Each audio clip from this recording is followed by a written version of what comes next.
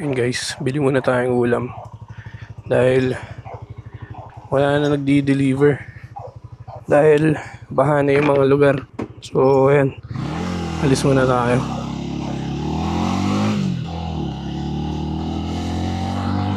Bili tayong ulam. Yung masarap na ulam ngayon. Baliwag, andoks.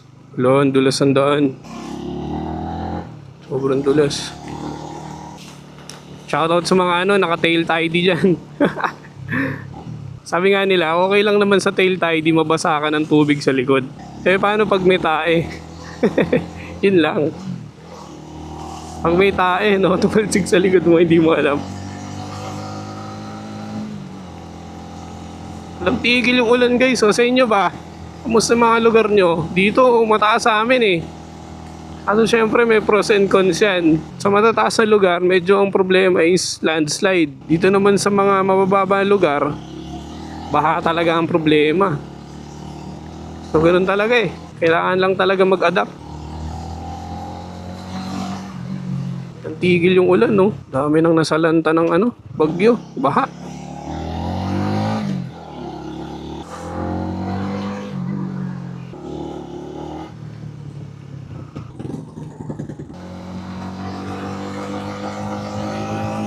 Tingnan natin kung kung ano lagay sa highway ngayon.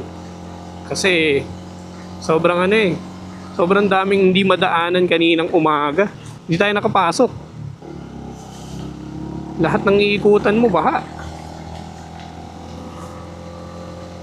Nakakatakot po dun yung mga billboards. Mga billboards. Nagtutumbahan. Siyempre kapag nalaglagan kayo nun, guys. Anti-many. Dadami kayo. Teka lang, sexy na natin masyado ah.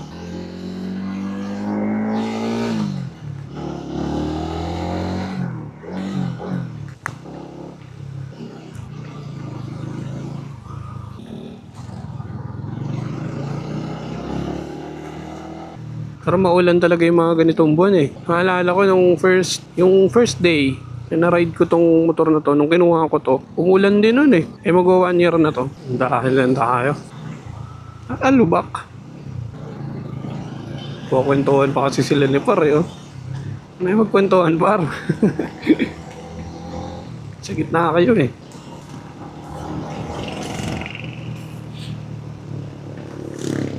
Wala tayong mabibili ng pagkain. Buko.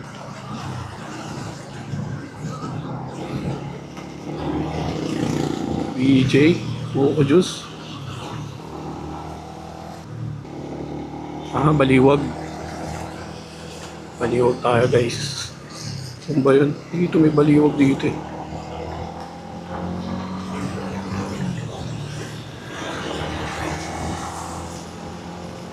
Doon pa. Dulas ng daan. Ramdam ko yung ABS pag pumipreno. Karag-karag.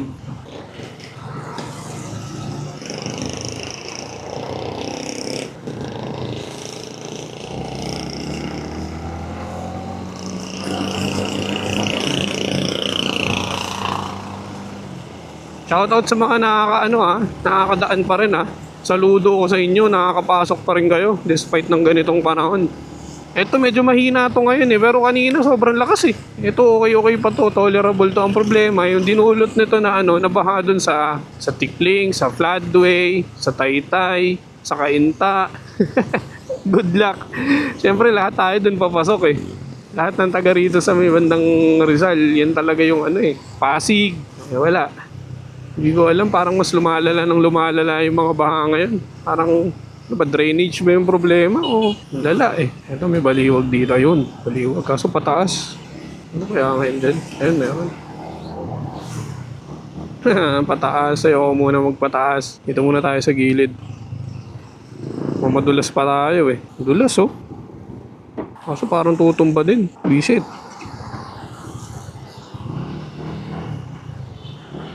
Dito muna tayo. Safe. Mas safe na yung ganito. Yan. Walang babangga, walang madudulas. Kano ba yung half? Kano yung half? 197. Tapos yung liempo kaya Buong lechon manok na lang muna. Buong lechon manok, 400.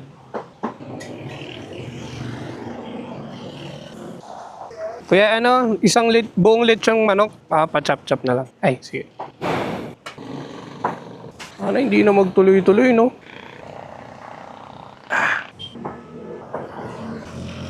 Aspa na lang kaya tayo, no? This way to 7 Zen. Families pa sa taas. Aspa na lang tayo, no? Malamig eh. Tapos kapag nabasa tayo, pasmado.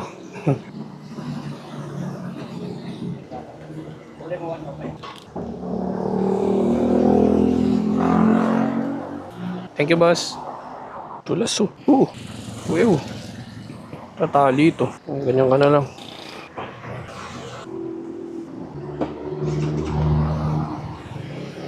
Tulas? Tatapon ko na nga itong tsinelas, ano? Pero kasi nagsabi mag-tsinelas, eh. Let's go. Uwi na tayo.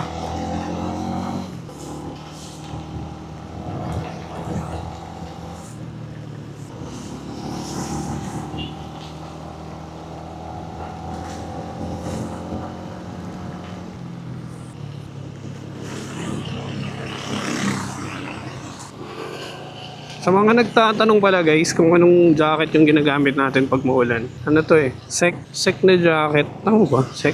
Lumutan ko na eh. Mamaya tingnan natin. Pero alam ko sek to. Tapos padded jacket siya. Pero more on pang ulan. May hood siya. At saka hindi ka talaga papasukin ng basa.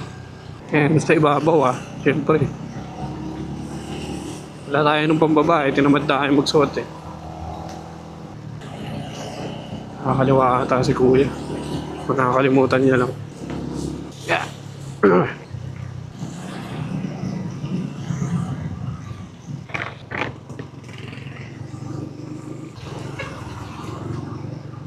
Swerte lang talaga yung mga nasa matataas na lugar kasi hindi tayo na perwisyo ng baha. Kawawa naman yung mga kapatid na inaabot ng baha. Sana umuupa na. Sana tumigil na rin yung ulan.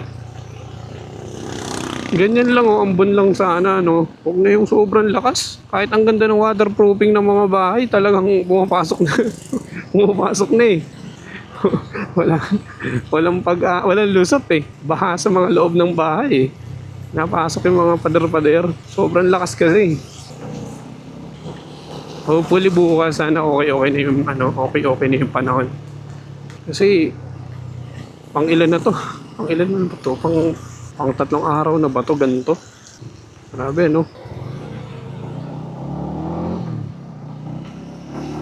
Yan, kukulit pa rin ng mga bata.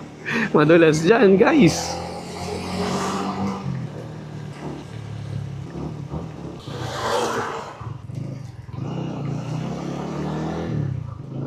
Weird.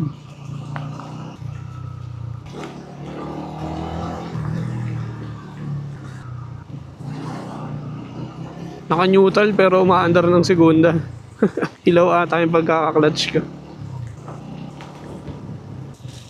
Need ko na mag-adjust ng clutch. Ang baba na masyado. O sa pag-aapak din kasi may injury yung yung paa ko eh. Kaya hindi ko masikwat maigi. Nag-aalangan ako.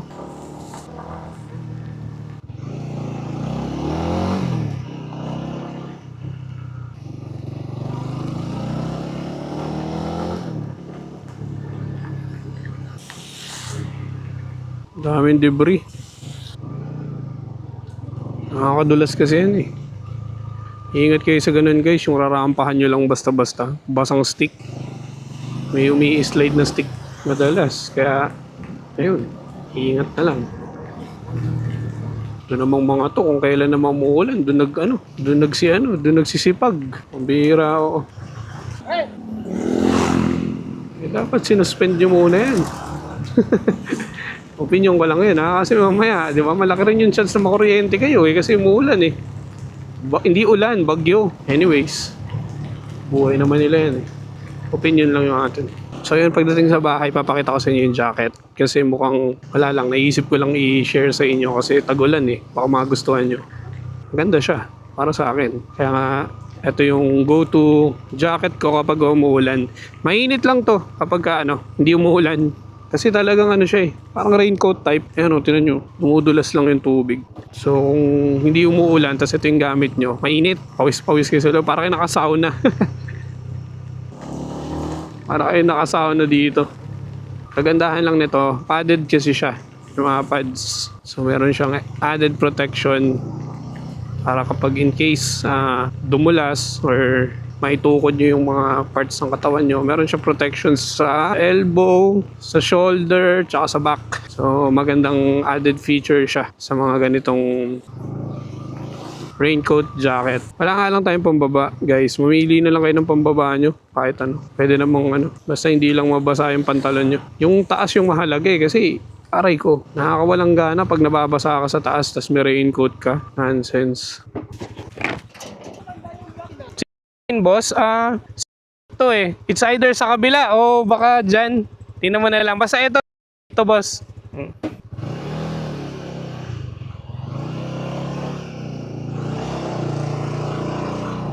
Whew. Ay, nakarating tayong safe. Sige, pakita ko muna itong jacket sa inyo. Heist. Ito yung tsura niya. Yan, tatak. Ayun, sec nga. Kalimutan ko na guys. Sec. Tapos, padded siya. Ayan padded siya. Zipper siya. Para sa pads. Sa likod. Tapos sa shoulder, meron din. Velcro. Tapos, alam ko meron din dito. Ito, meron din dito guys. Ayan, padded. Ayan, sige. Okay na yan. Ride safe sa mga bumabiyahe dyan.